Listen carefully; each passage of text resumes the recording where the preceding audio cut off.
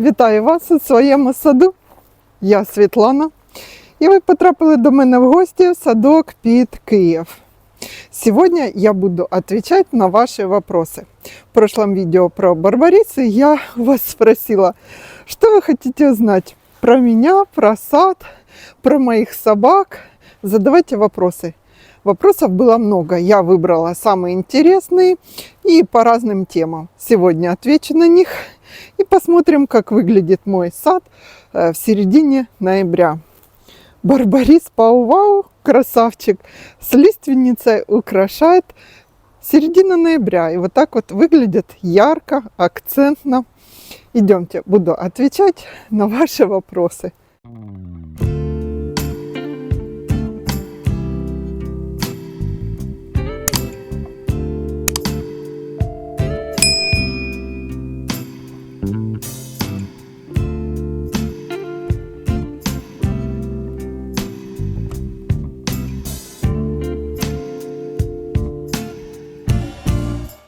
Три. Первый вопрос интересный, он мне понравился как-то особенно, хочу с него начать. На круглый большой газон вокруг моего розария должен быть вход. Так вот меня спросили, где же вход на вашу клумбу? Везде только дорожки.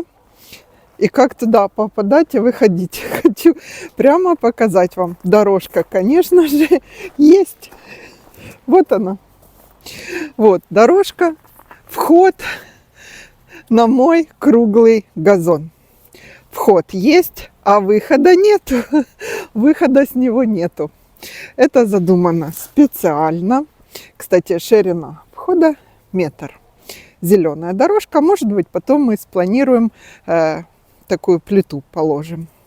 Почему же нет выхода? Когда я планировала свой участок, планировала его я сама. По профессии мы проектировщики, правда, металлоконструкции, железобетона, дерева, но архитектуру я знаю. Погуглила, посмотрела, чего я хочу, какие у меня планы на мой сад, и села за планировку. Как я говорю, мы год жили в маленьком съемном домике, сюда заехать было совершенно невозможно. Ни окон, ни дверей, ни света, ни воды, ничего не было. Мы зиму ждали весны, копили деньги на начало какого-то строительства, купили только коробку.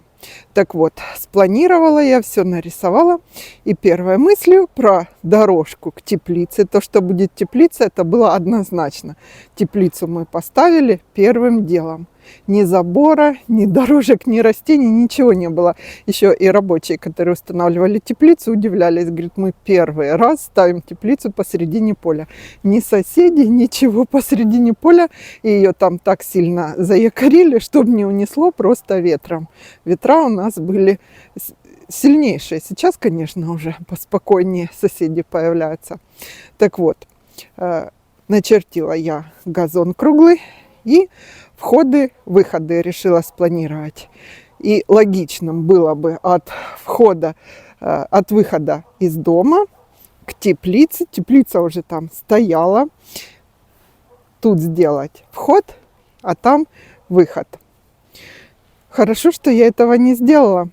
Это было бы самое неправильное решение. Дорожку-то, конечно, можно было сделать. По газону делают дорожки. Можно пошаговую, можно извилистую из натурального камня. Такие пластины большие, красиво смотрятся. Но, во-первых, у меня сад немножко в другом стиле. Такие дорожки мне не нравятся и не подходят.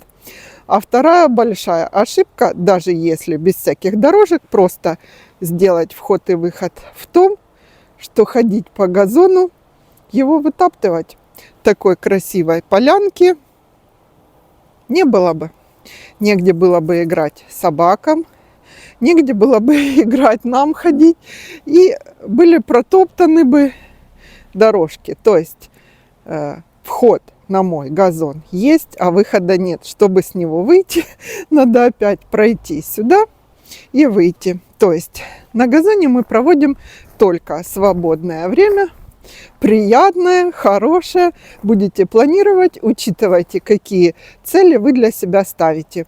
Или у вас просто будет дорожка с двух сторон газоны. Эва, вы протоптали тут тропинку. Вон там у них любимое место возле теплицы, да? Ну, а теперь давайте познакомлю вас со своими собаками. Это Эва. Джек Рассел. Как же так получилось? Часто прилетают вопросы. Не надо меня целовать. Почему у вас целых 4 Джек Рассела? Вы разводите собак. Как они себя ведут в саду? Так, это мышка. Вторая наша, но она сильно большая, 10 килограмм. Не надо меня мазать, не надо.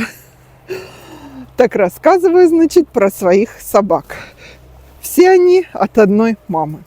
Мы когда сюда переехали... Нет, мышка, я рассказываю. Мы когда сюда переехали, у нас была собака. Майя, нельзя. Ну ты большая. У нас была собака. Как я вам рассказывала, в 50 лет захотелось поменять все. Всю жизнь мы жили в большом промышленном городе, в квартире, большой, красивой, светлой, с ремонтами. Да, мышка, беги, ты тяжелая. И вот поехали отдыхать в красивый морской город, в Одессу. И там, прогуливаясь по велодорожке, по Аркадии, так вот, я увидела, как молодой человек играл со своей собакой в мяч. Подкидывал мяч на дорожке там, и она прыгала очень высоко. Породу я не знала. Собака среднего роста была. Такая активная, прыгучая, веселая. Я решила погуглить, нашла, что это за порода. Так, Адель у нас не вышла. Но сейчас выпущу ее. Так вот, приехали мы домой, я погуглила, нашла, что это за порода. Порода охотничья. Это собаки не декоративные. Мышка, Мийко, идите сюда, покажитесь в кадр. Вот это Майя у нас, вторая Мия. Эва самая маленькая. Эва и Адель. Сейчас покажу Адель. Так, выпустили мы Адель. Идемте, идем. И Аделька. Все они разные по росту, по размеру, по характеру. И у них своя собачья стая. Их 4. Но начнем по порядку. Когда я приехала, выбрала эту породу. Мне она подошла. Охотничья, активная, декоративную собачку, которая лежит на подушке. Мне бы она не понравилась, это точно. Но я за вами не успею. Куда вы убегаете? Хотела ходить их снимать, они убегают. Буду идти по саду, придут сюда еще. Так вот, выбрали породу, нашли заводчика, записались на щенка, ждали-пождали, и в нашей семье появилась Марта. Джек Рассел Терьер Марта. Ах, вот вы куда! Они на кучу с землей. Нам привезли торф с черноземом. И я, кстати, вот последние дни занимаюсь тем, что вожу в теплицу и розы мульчирую. Грязные все, да? Идемте лучше погуляем. Идем. И спустя еще год мы переехали сюда, под Киев. Занялись домом, строительством. И решили, что у Марты, ей к тому времени уже 3 года исполнилось, должны быть щенки. Как нам сказали, для здоровья, для всего хорошего.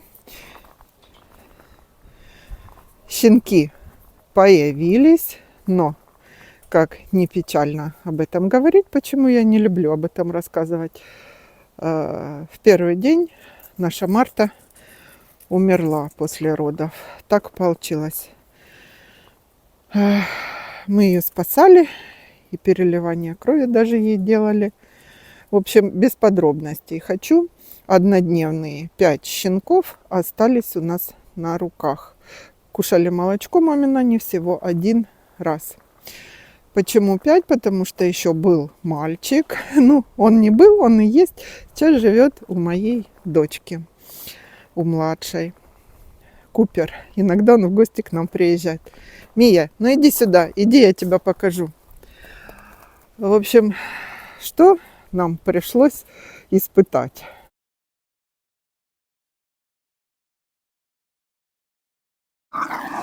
Так, дала им колечко, чтобы они поиграли. Вот вам такие ласковые, приятные собачки. И вот так вот они, игры у них такие. Кто решит завести себе Джек Рассела, не обольщайтесь, что это ласковая, добрая собака. Это собаки очень харизматичные, очень большие манипуляторы, хитрые, но в то же время добрые и хорошие. Я их, конечно же, люблю. Адель в их играх не участвует. Бывают ли у них драки? Бывают. Но драки, не сильно агрессивные драки. Вот, пугают друг друга. Мия, никто не отбирает твое колечко. Никто. В общем, как же мы выходили из ситуации с 5 однодневными щенками на руках. Нам в больнице сразу сказали, что будьте готовы к тому, что все 5 не выживут. Как грудных детей, их надо было кормить каждые 2 часа. Чем мы и со старшей дочерью стали заниматься. Купили специальную смесь. Но я вас не буду показывать, вы такие сегодня холодно, они греются так. Купили специальную смесь. Кому надо, может быть, пригодится роял канин, сухое собачье молоко. Еще можно козиным молочком маленьких щенков, если так получилось, что мама их не кормит, выкормить.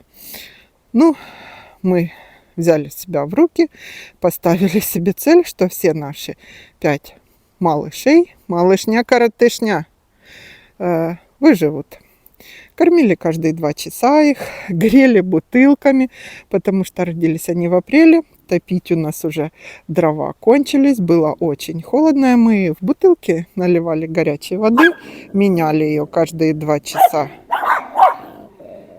и грели их. Так,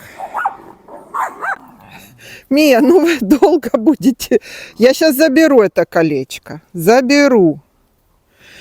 Нам удалось их всех спасти. Все 5 выросли, вот такие разные, красивые. И когда пришло время продавать их, мы уже объявление выставили. 2 решили оставить, а 2 продать. Мальчика забрала дочка, как я вам сказала. И так получилось, что не смогла за деньги продать кусочек нашей Марты. Но даже не потому, что кусочек Марты, а потому что они стали нам родные, любимые. Мы их выкормили, в руках грели прямо. Они малюсенькие на ладошке были. И решили всех их оставить. Щенков еще ни у кого не было, наверное, и не будет. Джек Расселов мы не размножаем. Не планируем этим заниматься. Они у нас просто как для жизни, для хорошего настроения, позитив, особенно сейчас. С нами зимы зимуют, сад садят, дом строят. Так, я все, забираю ваше колечко. Вот, в принципе, про моих собак и все. Единственное, хотела сказать, что у них, как в любой собачьей стае, есть иерархия.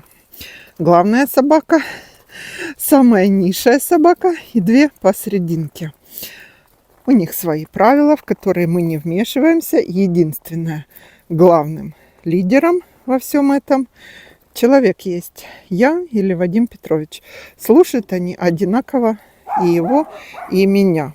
Послушные, но человек всегда должен быть лидером стаи, иначе будет просто очень много проблем. Джек Расселы, собаки-манипуляторы. Адель, иди сюда. Самая игривая собака. Это Мия. Самая стандартно породистая. Ходит вот тут вокруг роз. Евка. самая маленькая, и Майя. Мышка, иди сюда, иди сюда. Собаки послушные, добрые. Мышка, самая большая. И как вы думаете, кто в этой собачьей стае у них главный? Вы удивитесь, это не Майя. Майя добрая, хорошая, она всех мирит в драках. Но главное Эвка. Эва, вот эта малышня-коротышня, 4 килограмма веса, самая маленькая. Она еле-еле дотянула до стандарта породы, когда мы им делали документы. И она, главное, она всех строит. Даже вот эту нашу мышку. Мышка, мышка, потому что самая маленькая. Про собак все, потому что много. Вы часто спрашиваете, но канал про сад, и не всем, возможно, про собак будет интересно. Что касается растений, портят растения. Ломают лилии, ломают тюльпаны. Я пытаюсь с ними договариваться разными способами. Ложу сетки, вот так вот раскладываю, пока побеги маленькие. Когда большие, они их обходят. Розы они обходят стороной. Вот сейчас, когда их обрезала, тогда они тут бегают. В принципе, я думала, будет сложнее с собаками в саду. Но у меня девочки, это мальчики, у них, когда в туалет ходят, немного выше поток жидкостей. И тогда, конечно, бытуи, хвойные все портились. Что я делаю, если вдруг какая-то из собак, ну, я увижу. Когда я не вижу, конечно, не вижу. Надо хвойная, если описали собаки туи, чтобы не почернела хвоя внизу, надо сразу полить водой из лейки. Сразу. Тогда химического ожога не будет. Ну, как вы понимаете, за всем не уследишь. Но сейчас следующий вопрос расскажу вам. Про розы свои. Очень много вопросов, конечно же, и про розы. Как только начинала вести канал, я пару видео делала. Они такие скромные, простые, как я укрываю, как я обрезаю. Сейчас я вам, кратко просто отвечу для молодых садоводов и просто для тех, кто интересуется, как же такое количество роз в нашей климатической зоне 5Б под Киевом я сохраняю зимой. Ну, во-первых, я специально взяла рулетку и померила. Обрезаю свои розы я. И английские, чайно-гибридные флорибунды. На вот этом круге у меня растет 72 куста. Вот сейчас хорошо видно, что посажены они треугольником. 50 на 50. Вот так вот. Померила специально 30-35 сантиметров высота обрезки. Тоненькие веточки никакие я не вырезала. Этим займусь весной, когда соскучусь за работой. Сейчас просто на одну высоту под укрытие. У английских роз как-то специальная своя обрезка на 1/3. То есть 2/3 обрезайте, 1/3 оставляйте. Выше, чем чайно-гибридные. Чайно-гибридные можно вообще там на 2-3 почки. Я режу все одинаково. Почему? Потому что мне так удобно. У меня дуги стоят, как вы видите, еще сантиметров 20 до верха укрытия. Там ходит теплый воздух. Им всем вместе дружно и весело. Я их вначале подсыпала золой. Вот с утра уже начала тут немножко делать. Подсыпала.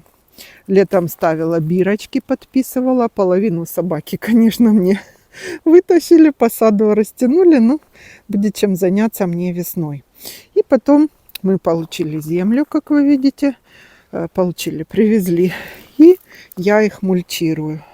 Сюда взяла торф. Видите, какой он темный по сравнению с нашей садовой землей. Садовая земля у меня с углинок. Что же делать с молодыми посадками? Сейчас покажу.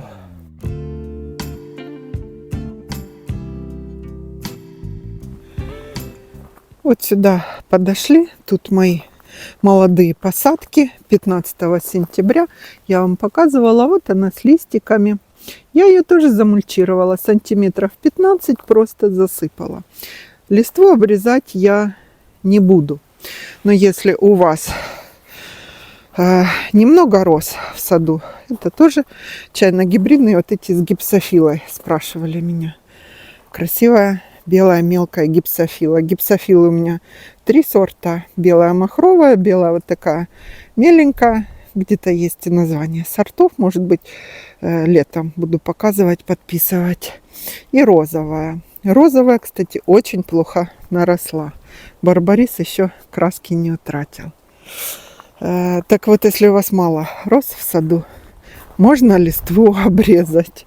Я не буду, потому что времени у меня нету. Вот еще одна молоденькая. Я листву обрезать не буду. Можно обработать фунгицидом, если вам позволяют температуры. Я уже это сделала где-то недели 3 назад. Сейчас еще раз ничего не буду делать. Постепенно листва потемнеет, осыпется сама. Та, которая не осыпется, засохнет под укрытием. Вот эту ветку пропустила, не обрезала. А вы видите, как отлично выглядят розы, несмотря на отсутствие обработок и всего остального. Про розы все. Плетистые укрывать обязательно. Чайно-гибридные и некоторые флорибунды я укрывать не буду. Вот на той большой клумбе. Небольшой, наоборот, маленькой. Красивая клумба. Удачное сочетание роз на ней получилось. Я вам показываю частенько ее летом. Вот этот, как она выглядит сейчас. Я там тюльпанов еще насажала. Формирую можжевельники свои такими морскими звездами или лилиями. На следующий сезон посмотрю, как они обрастут побольше, и будет видно. Формировать надо эти ветви в разных ярусах можжевельника, выше, ниже. Тогда лилия получится красиво. То есть не в одном ярусе, как звездочка, а как махровая лилия. Так, это я вам про это рассказала. Следующий вопрос про пирамидалисы. Очень часто про вот эти туи пирамидалис ауреа. Большие, красивые, а покупали. Сейчас, если найду видео, прикреплю. 80 сантиметров в 2020 или 2021 даже году. То есть им 3 или 4 года. Посмотрю из архива, там дата написана, подпишу видео. Вот так они наросли. Высота у них довольно приличная. Около 3 метров, 2,80, может быть 2,60. Сейчас мерять уже не буду. Туи такие у них веерами растут ветви. У меня есть видео, самая красивая туя. Вот такая в серединке она сохраняет свой салатовый цвет. Видите? А края веточек уже начали менять цвет. Как вы их формируете? Честно говоря, никак. Я их не подстригаю. Хотя можно для того, чтобы не разваливались, немножко пристричь именно по кроне, поправить. Но у меня ни одну зиму они не развалились, не знаю. Видимо, их смарагды вот эти держат. Плотность посадки тут я померила специально 1,70 м. То есть между смарагдом, центром того и того дерева хвойного 1,70 м. Посажены по полукругу. Обработки, как у всех хвойных, никаких, только от вредителей подкормок нету. Может быть, когда у меня остается ранней весной розы, я прохожу плантафол 20-20-20. Если останется, я могу по каким-то хвойным. Вот и все с пирамидалисами. Неприхотливые, меняют цвет, что я сказала, не подстригаю. Хотя вот на следующий сезон я хочу наверное, немного им форму заузить, чтобы они мне не сомкнулись со смарагдами. Форма такой капли большой, да, красивой. Красивая с той стороны, когда с гортензиями они в кадр попадают, и с этой. На следующем году буду, думаю, еще красивее. Вот тут у меня укрыты. Ну, это я так быстро-быстро от первых морозов поменяю немножко укрытие. Крупнолистные гортензии «Бесконечное лето» посажены. Мои череночки подросли там. Так, хотела еще сказать про рододендроны. Вопрос был. Рододендроны моя какая-то отдельная любовь. Сама не могу понять, почему они мне так нравятся. Но могу понять. Но прямо тягу такую к рододендронам. Это пиенисетум. Надо его обрезать. Уже время подошло его. Рододендронов у меня много. 18 кустов, 4 стоит не высаженных. Я их решила сохранять или в теплице, или в холодном тамбуре. Почему, скажу сразу. Вот эти, помните, я видео в прошлом году снимала, были высажены прошлым летом и горели под солнцем. Летом их высаживать не надо. Так вот, почему же я не высадила свои сейчас рододендроны? Потому что молодые растения все-таки не успеют прижиться за 2 недели до морозов. Мы их просто в землю воткнем и там оставим их на их усмотрение. Выживут, так выживут. Вот это Pushy Purple рододендрон, который лимонного цвета был и весной меня довольно сильно напугал. Сейчас покажу рододендроны, которые посажены возле дома. Они посажены самые первые. Так, это магнолия, вся на почках. От забора расстояние, сейчас вернусь. От забора расстояние 2 метра. Когда-то я отвечала на вопрос, я написала 1,5. 2 метра померила сейчас.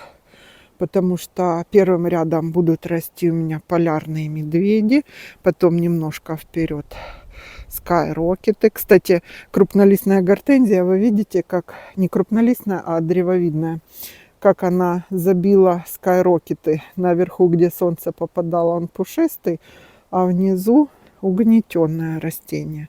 Поэтому отсюда я и пересадила кустов 30, наверное, этих древовидных гортензий. Так, от забора 2 метра. Но смотрите, у меня еще тут и минджулипы растут. За минджулипы расскажу. Был вопрос, покажите, расскажите. Это молоденькие. Этим 2,5 года. 2 года. Они посажены тут специально между рододендронами. Тенек им от солнышка прикрывать. Между рододендронами расстояние я делаю 1,5 метра. Почему? Ну, сюда будет минджулип вперед еще. Почему 1,5? Потому что по характеристикам, если вы читаете, все рододендроны в ширину растут 1,5 метра 60 и в высоту, как позволяет им площадь. Да? Так вот, я хочу немножко, чтобы они, ну как, не просто как один куст посреди поля был, а немножко сошлись, чтобы один цвет переливался в другой. Вот это маленькие кустики в этом году высажены. Это Хакманс Чарман. По рододендронном цветению сделаю отдельное видео. Они мне нравятся за такой плотный, красивый зеленый лист. За то, что они красиво так необычно цветут. И одними из самых первых. Вот этот кустик. Ой, что же это за рододендрон? Забыла, сейчас вспомню. Гендиректор Ридер. Вот такой малюсенький. А помните, мы его в прошлом сезоне зимой, я его тоже в тамбуре сохраняла, потому что мне пришел в начале декабря или в конце ноября, и одна веточка, одна. Вот так он нарос, я его весной высадила. И те, что сейчас у меня зимовать будут тоже, я их по участку высажу ранней весной, где-то в середине марта. Перси Вайсман. Вспомнила, смотрю на него, красавчик. С ним так получилось, он только расцвел. И я поснимала его. Еще даже не весь расцвел. И у нас заморозки ударили. И он весь черные цветы. Не полюбовалась даже его цветением. Но сейчас вот такой среднерослый. Это такой кустик хорошенький. 2 года посадки. Вот это наша Silver Lady. Вся в листиках. На следующий год цветение будет не сильное. Видите, немного почек у нее. А в этом году было просто ошеломительное цветение, красивое. Но идемте к другим. Вот эти рододендроны были высажены самыми первыми. 4 штуки. Вот этот самый первый я купила. Это рододендрон Германия. Кстати, тут он посажен 1,80 м от забора. Немножко тенечек от него. Этот Каннингемс White посажен одной веточкой. И я 2 года ждала его цветения. Но вот уже какой приличный кустик. А покупался росточком не цветущим, без цветочных почек. И так сюрприз был, ждала цветения. Тут расстояние тоже 1,5 метра. Это розовым элеганс и металлика темно-фиолетовый. В следующем году будет, смотрите, хорошее у него цветение. Почек много заложил. В этом году, как я буду их укрывать, может быть только слегка, чтобы снег не разломал кусты мне. Кусты уже довольно большие. Вот Мия. Мия, подойди к рододендрону, покажи. Ну, видно, что большие.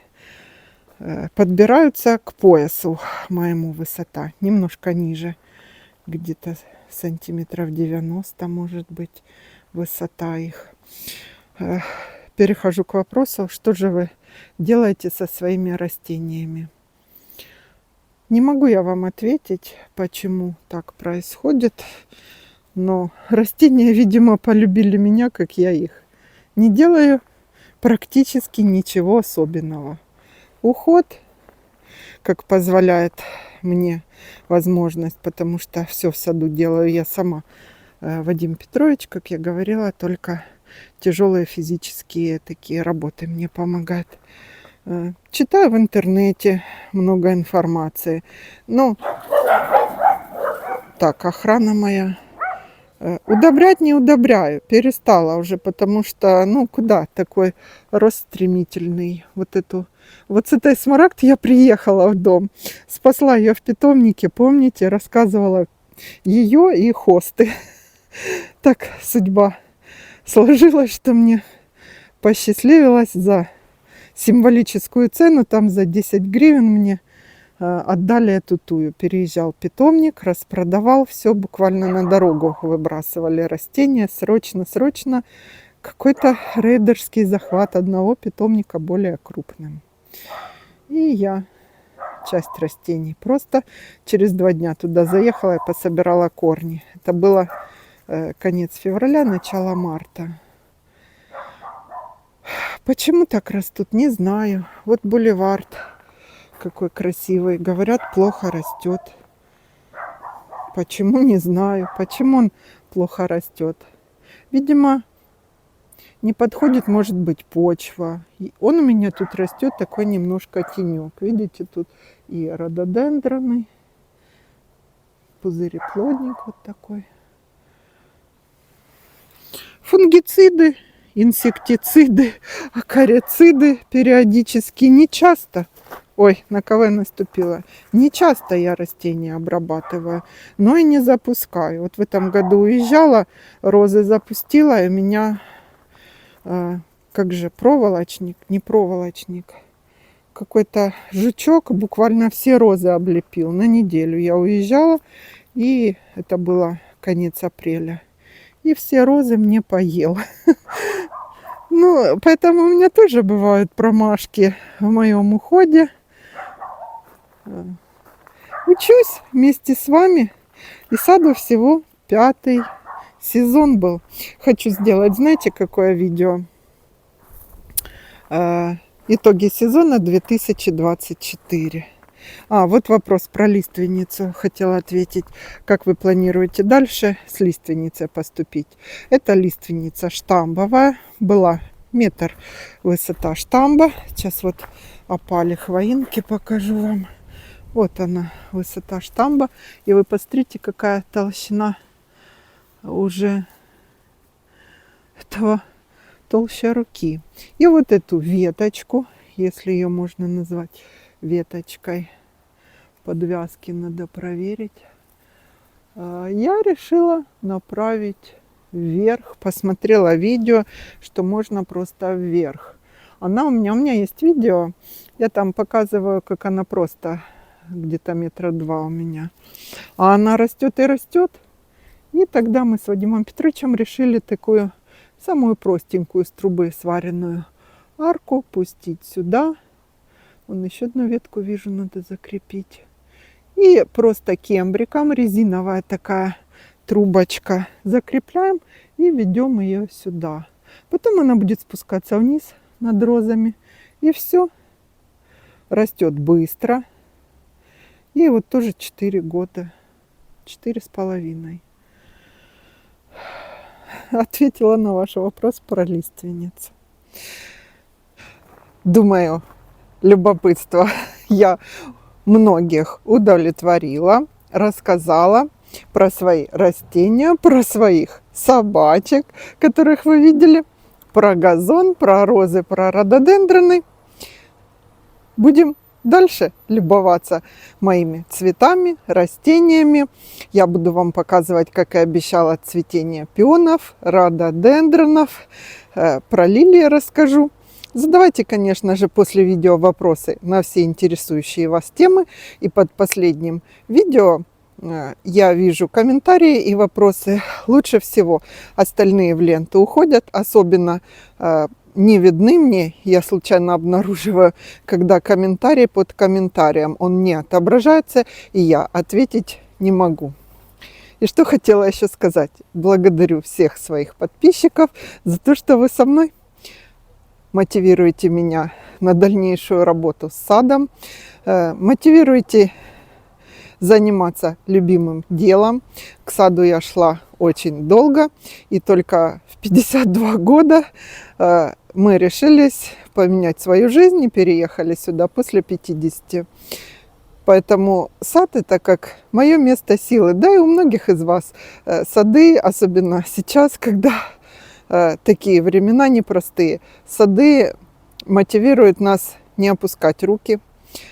Растения помогут выйти из любых критических ситуаций, несмотря ни на что и вопреки всему. Будем готовиться к весне, выбирать новые цветы. Я тоже буду рассказывать вам, показывать, любоваться прошлым сезоном и строить планы на будущее. Всего хорошего! Оставайтесь со мной, я буду вам показывать еще много интересного и красивого. Всего хорошего!